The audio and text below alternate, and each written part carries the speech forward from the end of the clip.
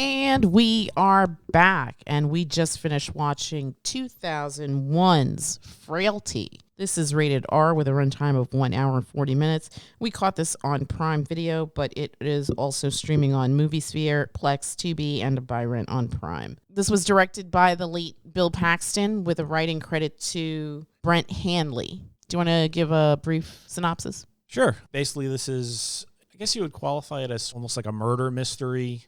It's tagged as crime drama thriller. Crime drama thriller. The movie opens up with an FBI office, and the head of the God's Hand killer investigation is brought in because a man has shown up saying that he knows who the killer is. So throughout the course of the story, you're told a story in flashback where the witness explains how he knows who the killer is and how it relates to his growing up with his father and his brother. Okay, that's a good synopsis there. Yeah, without giving too much away. Okay, I'm going to go to the children because this is their first time watching. Olive G, what did you think of the film? I thought it was interesting. Yeah? What did you find interesting about it? The plot twist. Yes, at the end. Did you see that coming without giving it away? Not really, but like I was thinking like, oh, is this guy gonna kill the detective? Yes. It's interesting because I saw this in the theater with your dad, and long ago, and I didn't see any of this coming. They handled it very well. I mean, looking back on it now, I could see certain things that stand out to me more because I know the mechanics of the story and sort of the world that they have set up. Mm-hmm. Initially, when you watch the film, he's sitting in the office. McConaughey's sitting in the office, and Powers Booth comes in. And Powers Booth reaches over to shake his hand, and McConaughey's holding the picture of Powers Booth and his mom. And he's like, "Is this your mom?" And the guy's like, "Yeah, I thank you not to take my stuff." Yeah. And instead of shaking his hand, he gives him the picture, right, which is an excuse not to shake his hand. Right. When he gets in the police car, he says, "Oh, I got it," because Powers Booth is going to do the usual police thing where I guide your head in so you don't bump your head on it. Right. He's just like, "No, I got it." And yeah. he gets into the car by himself. I didn't catch that. The only reason why I really honed in on it was because I've seen the movie. Right. True. We haven't seen this film since the theater, I don't think. I mean, They don't really play this a lot, I don't feel like. This film gets very, very little love. Very little love, which is unfortunate because I think it's a strong story. I think the storytelling is really great. It's really sharp. The idea of the story is fantastic, and the execution is really well done. It's unfortunate that this was the only film that Bill Paxton directed because I would have loved to have seen him do other films. I think he was a good storyteller, and he picked a really great story to be his first and only directed film. Yeah, and he is also really good in it. Yes, absolutely. But we love Bill Paxton. So always. Olive, when Fenton was talking to the FBI agent, did you have any sympathy for him while he's relating the story about how his dad was saying that an angel came to him and spoke to him about how he was now going to have to be a demon slayer? I mean, I kind of felt bad for him because, like, it's just like, oh, your dad's insane, man. Right. If I said that to you, would you believe me? What? That God sent you a premonition that, like, that we have to now become demon slayers? I don't know. What about the Adam character? What did you think of Adam as a young boy in the flashbacks? I didn't understand why he had like so much faith in his dad. Like, it was weird. In the beginning, do you think that he saw the things that he said he saw? No, I thought he was just being a kid. Yeah, agreed. Gee, what about you? Same question. When you see Adam as a young kid, did you believe that he saw the things that he said he saw? No. Why? I thought he was a stupid kid trying to impress or please his dad. Yeah.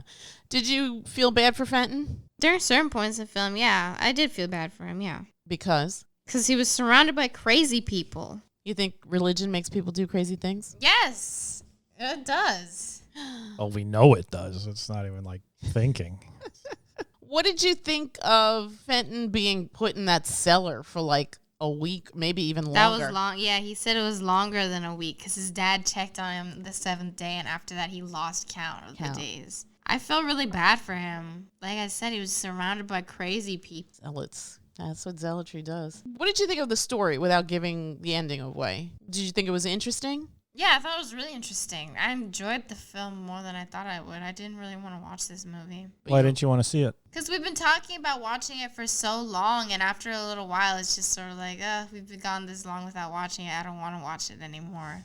Did you have any like expectations of what it would be about or anything? No, I mean, you guys described the plot when we first started talking about watching it, like probably a couple months ago at this point. Yeah. But I didn't really know much else, so I didn't really have any more expectations. But it beat whatever little expectations you had. Yeah. Okay. Because I went in like, oh, whatever. This is going to probably be kind of boring. But it wasn't. I liked it a lot. Yeah. Yeah, I think the pacing is really good. The ideas, the themes throughout, the way the story moves along, it moves very well. There's not a lot of filler, I would say, in this, if any. No, not at all. I think you get from point A to point B in a decent amount of time, and they do well. I mean, clearly he did not have a big budget here. No, but that's another for thing. what he had, he did a great job. Yeah. Telling the story and adding little nuances. I love the fact that the axe had a name. Yes. They never say the axe's name, Yes. but it's just the axe is called Otis. Otis the axe. I always thought that was a neat little touch. If it was just a plain axe, I probably would never have remembered that one of the magic weapons was an axe. Yeah. I remembered the axe. I didn't remember the pipe. And what was the third? Yeah, I didn't remember the pipe, and I didn't remember the gloves. It was just those 3 items? Yeah. I thought there was something else, but No, maybe you're right. It was the yeah. axe, the pipe, and the gloves. He finds the axe and the gloves in the same place. Yeah, and the only one I remember is the axe because it's Otis. Just crudely carved into the handle. It had a personality. Yeah, that's interesting. I remember the axe because obviously it's the one that's used the most. I kind of remembered the gloves, but I didn't really think of them as a weapon. For some reason, I thought he had like a bow and cross, like arrows. Like, where did you get that from? I don't know. I'm probably mixing movies, obviously, because it wasn't. No, it was the gloves. Remember, he's like, I don't know what the gloves are for, but they're the second magical weapon. Right. You're right. And then when he takes just them he off. He can touch and. You actually see him find the axe and the gloves, but you never see him find the pipe. He just comes home And with this shows it to the pipe wrapped kids. up in a rag, and he's like, "This is the third one," but it has no personality. When you and I went to see this in the theater, I don't remember this being advertised. I think it was just one of those No, things. I think you had heard that. Oh, this is a film directed by Paxton. Bill Paxton. You know, maybe this will be interesting. And that was at a time when we would go to the theater no matter what. Yeah. Every weekend we were at the theater. We would see stuff that wasn't advertised generally, or sometimes it was. But we just loved going to the movies. Right, And this was one of those films where we were like, oh, this is a pleasant Sounds surprise. interesting. Yeah. And we were thoroughly pleased, I believe. Yeah. Yeah, it still holds up. I agree with you. It's unfortunate that this doesn't get more love. I mean, I feel like it's a well-constructed story. The acting in it is really, the kids in it are fantastic. Kids that It's play tough Fenton to and have Adam, good kid actors, Yeah. and both those kid actors were really really good. Really good. McConaughey does a great job. He's like this tortured soul confessing this dark family secret. And then the ending is like gangbusters because it's like it turns everything on its head. And it's like, oh my God, what just happened? And I remember, obviously we'd seen it before, so I kind of knew the direction in which the story was going. But at the same time, it was like, I think I had a reaction like you and I saw Friday Night Lights yesterday, and it was like, we know what's going to happen. Yeah. And yet we're still thinking that, oh no, they're going to win this time.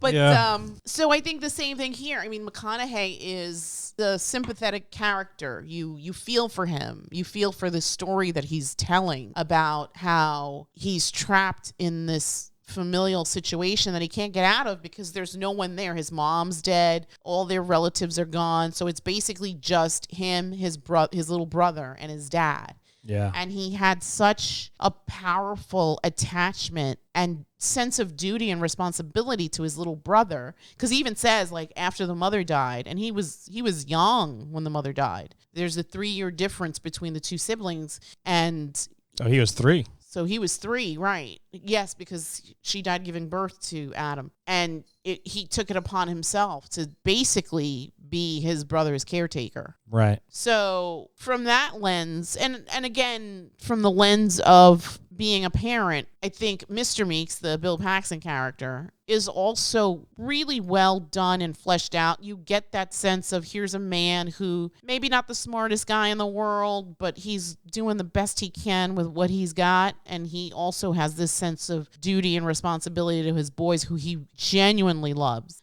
They don't have a lot, but you could tell that he loves his sons very, very much.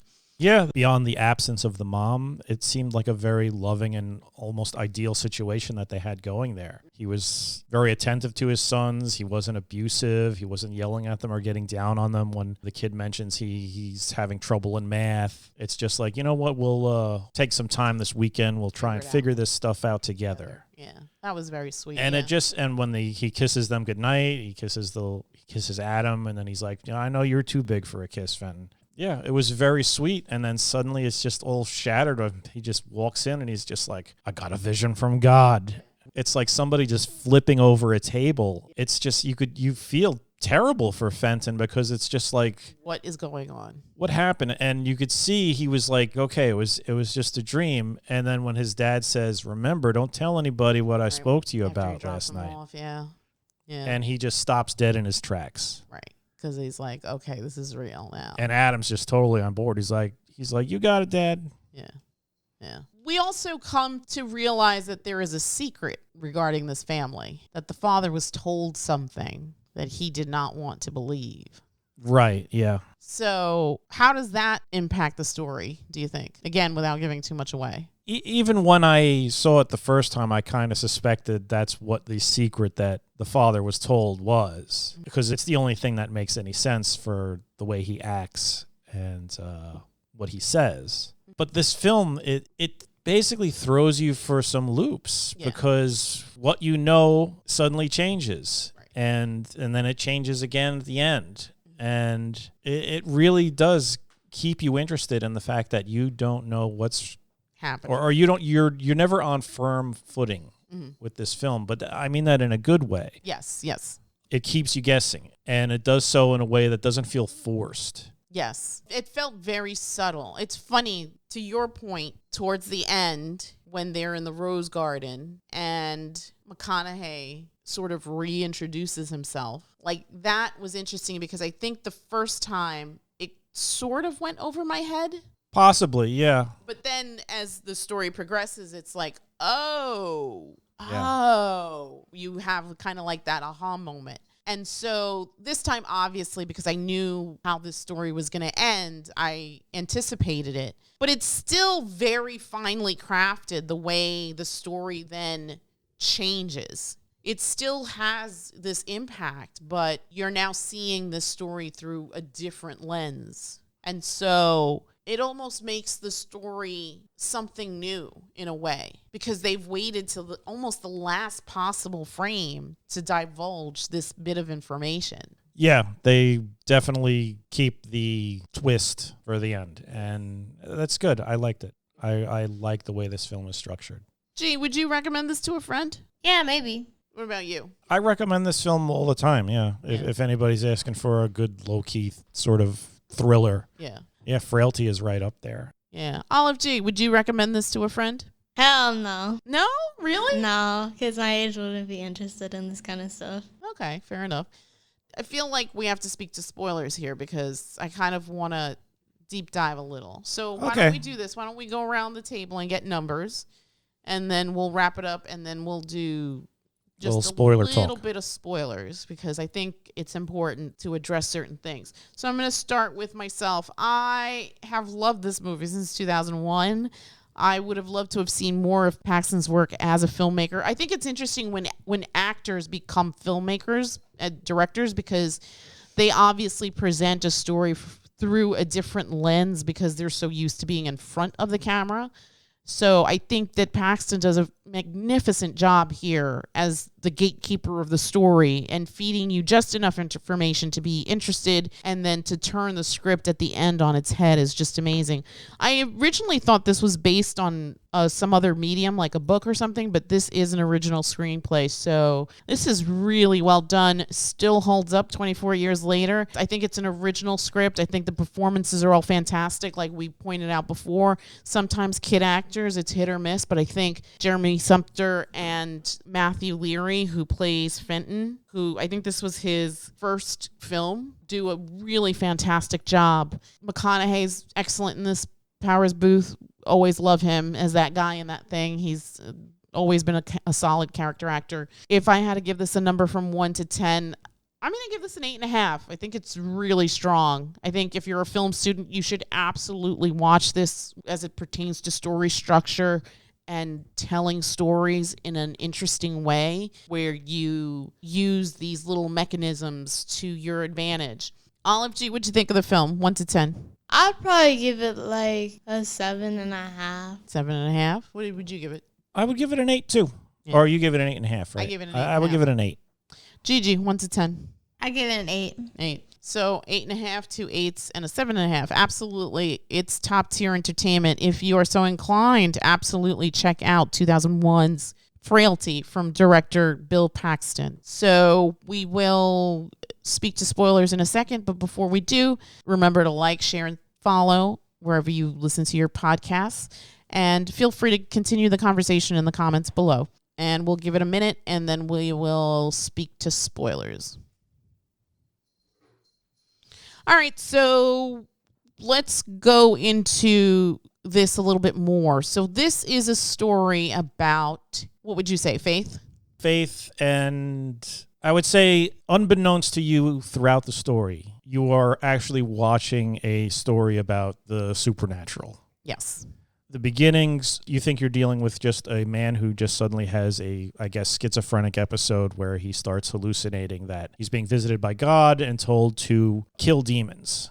Every once in a while, he's given a bunch of names that he writes down. Not kill. It's always destroy. Oh, sorry. That's correct. Destroy demons, because you can't kill them. You can only destroy them because they're not human. So he gets this list, and God replenishes it every once in a while. And he has his 2 sons who are, he's told, going to help him with this mission. One, Adam, is the true believer, the younger boy. He 100%, he's excited. He thinks it's like, we're going to be superheroes, right? Right. Fenton, on the other hand, is worried because he thinks his dad has gone crazy. And I think that that's a natural reaction. It's an absolutely natural reaction, and that actually leads me to something that happens later on that I think it's almost like something that becomes a self-fulfilling prophecy. Do you want to talk about it now, or?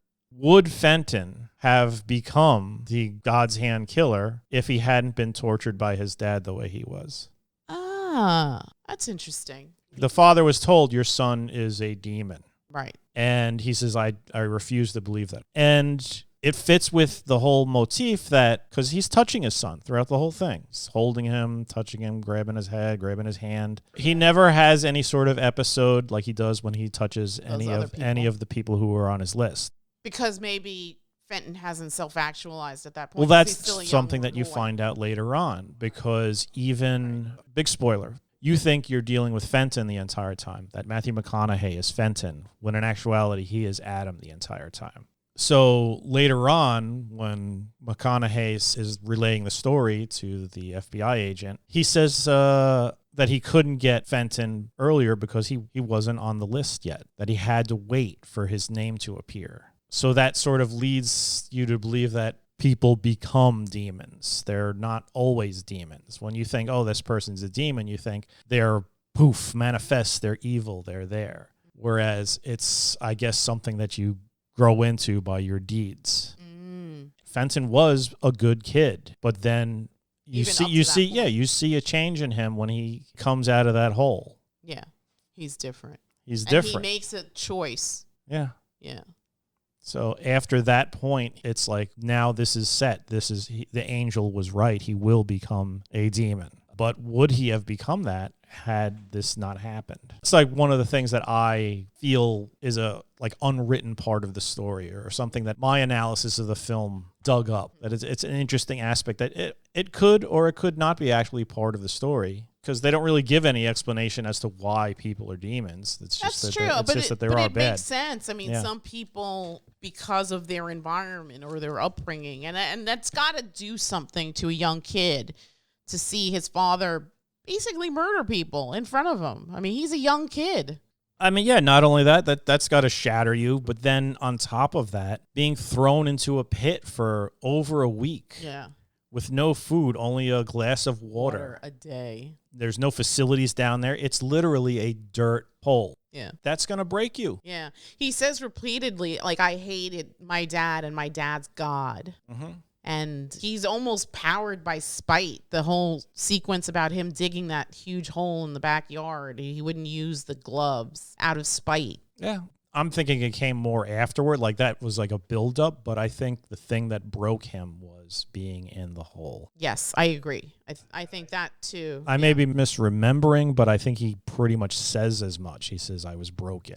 In my mind, I don't know if he would have become what he became if that didn't happen. So in a way, what Bill Paxton is told by the angel is a self-fulfilling prophecy. It's not something that was guaranteed to happen. It was something that he made happen. But I think if we go back to religion, we're lapsed Catholics, but we are of the belief that everything is preordained, that everything that happens is already written. Our trajectory has already been plotted out. There is no deviation from it. So from that standpoint, Fenton was always going to become this, right? Well, there's hints that that's not necessarily the case, because I put that little clip of Davy and Goliath in there. The whole clip that they show on Davy and Goliath was, God says you have a choice. But do you?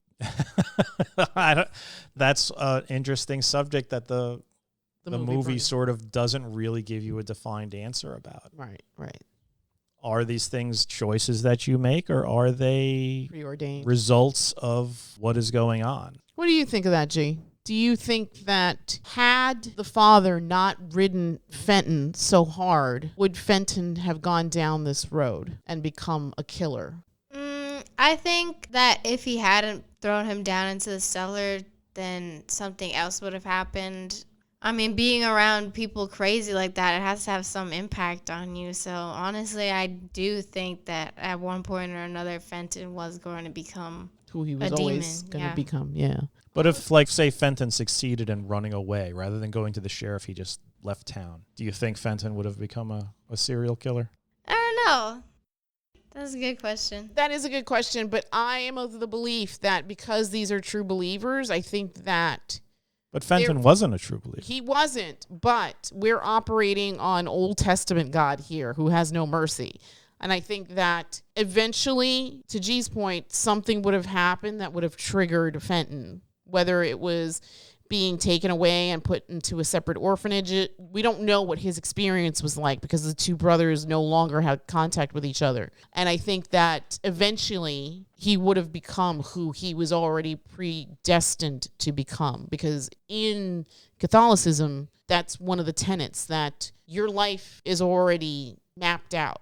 The things that you think that you're doing have already been preordained. So then you don't have the free will to decide. I guess not. I mean, there are moments in life where you come to have a crisis where you have to make choices. When you think about in the New Testament, Jesus' agony in the garden, it's like, pass this cup away from me, but let it be your will that is done, right? So in that moment, God the Son has a choice, but he chooses not to make a choice and let it be the Father's doing, right? So in that sense, he's accepting, right? And that's another thing about religion, the idea of blind faith, which is something that Adam had in abundance. And it's funny because we all mentioned before how we didn't believe, and I think my initial watch, to G's point, I didn't believe that Adam saw the things that he saw. But then towards the end of the story, when Adam reveals himself and he says, I did see those things, and you see Adam's viewpoint of the things that he sees. Mm-hmm. So he is also preordained to be a demon slayer. There is no choice here. These are the things that must happen, that have to happen. And that also ties in with the idea of faith, because you're believing something that you don't see, you just accept it as fact. Okay. And I think that was the Father's thing. We have to do this because it is God's will. We have to serve God. He says that multiple times. Mm-hmm. And from our vantage point as the audience, we just see a shine on a trophy. We don't know what's going on in his mind. He could be having a delusion or whatever. But at the same time, we're also given these other little pieces of the story where he's driving and there's this light coming out of a cloud shining on this barn, on this tree stump that has an axe named Otis and a pair of gloves. And it's like, was I led here? Did the light bring me here? Maybe. I don't know. Was the light even really there? Was the light even really there? And that's the idea. That's also ties into the idea of faith. You believe in these things because they're a tenet of your religion. Olive G, I want to ask you the same question. What was the question? Do you believe that Fenton would have become a killer if he hadn't experienced what he had experienced? Or if the actions of his dad broke him and made him more likely to become a killer? I don't know. You don't know? All right, that's fair. I mean, it was just how the story went. He just went insane, probably because of his father's delusions. But were they delusions, right? Because at the end... Well, what he thought were delusions. Right. Because you even said, towards the end, you chimed in and you were like, so all this stuff is true? And I was like, I don't know. Is it?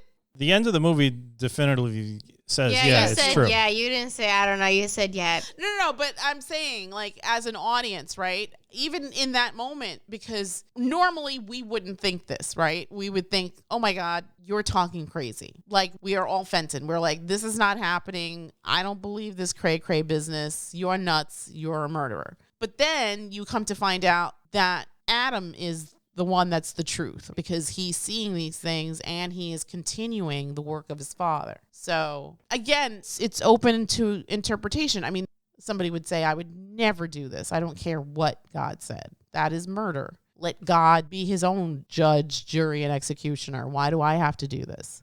Well, I mean, that's a whole other argument, because honestly, the whole everything's preordained, that would mean that God is okay with these people killing all these people. I'm not even talking about Fenton and Adam and his dad. Right. I'm talking about the demons themselves. God allowed that. God wants that. God says, all right, you have to kill these people so that these people can kill you. So it's... Well, is that preordained? Because then they've now made that choice. No, but that's the thing. You can't have it both ways. You have the free will to decide whether or not you become a murderer, or everything is preordained. If everything is preordained, you have no choice. God is telling you what to do, and you are following God's command, whether you want to or not. If you have a choice, God is saying, don't do this, and you're saying, nah, God, I'm going to do it anyway. Right. So if we're going to delve into that, then God created Lucifer, and Lucifer winds up being cast out of heaven because he challenges God. God's like, get the hell out of here, cast them into hell. So now... But if everything's preordained, then Lucifer's doing exactly what God wanted him to. Perhaps. Either God's all-powerful or he isn't. But what if you're still given choice, but you don't do what? You can't have it both ways. That's the main crux of this whole debate. I mean, this film has led us into this sort of debate, but this film isn't really about that. No. But yeah, that's the whole conflict. That's the thing that people have been debating for thousands of years in regards to this subject. Mm-hmm. Either you do what he says, he being God, or God said you could do what you want. You can't have it both ways. You can't say God has a master plan and he knows how it's going to turn out, because if that's the case, then that means no matter what you decide, you're just doing what he wanted you to do. Right. You have the illusion of free will, but you actually just don't. Mm-hmm. And that's a whole other debate, I guess. Yeah. Okay. If we focus on this story, though, there was a choice for Fenton to either do his father, not God, but his father's bidding, or to choose not to. He chooses not to, but his dad pushes it. Yes, I believe that. And my theory was that it was the pushing that broke Fenton. Yes, I agree. To become what he became. Yes. In that case, then yes, I believe that is true. That because his father wanted so hard for the thing that had been told to him to not be true, he was going to try and circumvent the system. Yeah, he was literally going against the word of the angel, the voice of God. Yeah. So I guess he was showing a bit of hubris on his own part, thinking, well, God's wrong. Right. And he says that the angel was wrong. I wouldn't believe what he said. All right. Still check it out. It still holds up. Still a worthwhile watch. And yeah, a lot to mull over and debate. Oh, yeah. Yeah. All right. Once again, Frailty from 2001, rated R. Not gratuitous violence, right? They don't show anything, really. You see a bit of blood on people's heads. They show the action of something happening, but they don't show it actually happening. You never see anybody get their head cut off or anything like that. Okay. Again, Frailty from 2001, rated R, with a runtime of 1 hour and 40 minutes. We caught this on Prime Video, but it's also on MovieSphere, Plex, and Tubi, and to buy rent on Prime Video. And with that, we will bid you all a Good night. Good night. good night.